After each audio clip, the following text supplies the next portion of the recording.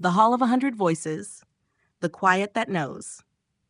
This is a story about three Angelteers who enter a grand hall where every wall, trumpet, portrait, and passerby seems to have an opinion about what they should do.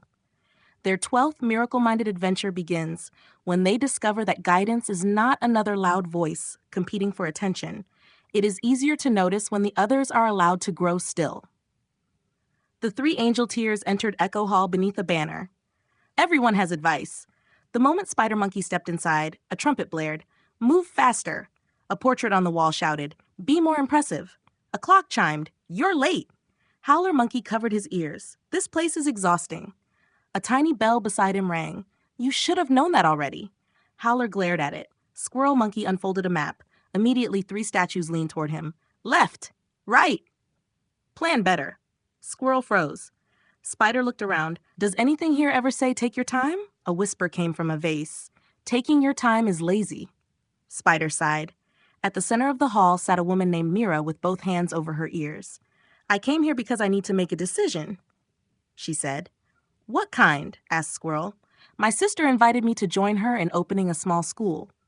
A row of masks swung toward her. Too risky. A metal case shouted, think of your reputation. A family portrait called, don't disappoint anyone. A golden mirror added, what if you fail? Mira looked miserable. I can't tell which voice is mine anymore. Squirrel felt something familiar. His own mind began offering solutions. Ask for more details. Make a list. Compare outcomes. Prepare for every possibility. Then a faint fragrance of jasmine drifted through an open window. He breathed in. What am I feeling? Urgency. He closed his eyes. What is this for? No answer came. The hall kept shouting. Howler raised his voice. Everyone be quiet! The hall shouted back, don't tell us what to do. Spider laughed. Apparently yelling at the voices creates another voice. Squirrel sat beside Mira. What if we don't choose among them yet? But I need an answer. Maybe. But first, perhaps we need some quiet. The Angelteers began turning things off.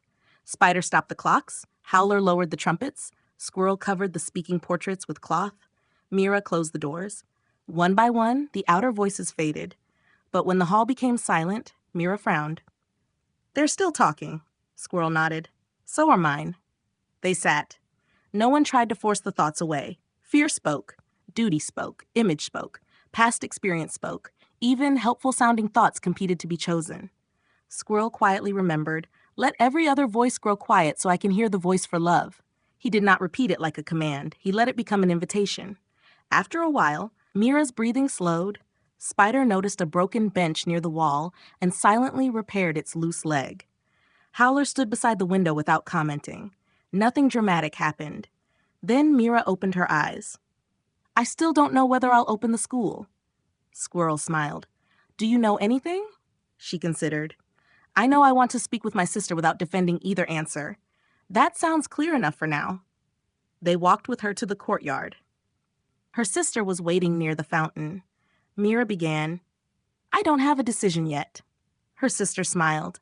I wasn't asking for one today. I wanted to hear what you were feeling. Mira laughed softly. All morning, I was answering questions nobody asked. Spider whispered to Howler, a highly populated occupation.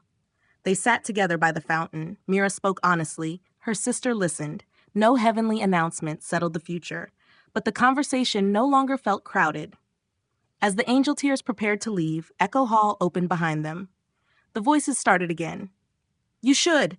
Spider closed the door. Howler grinned. That one I felt guided to do.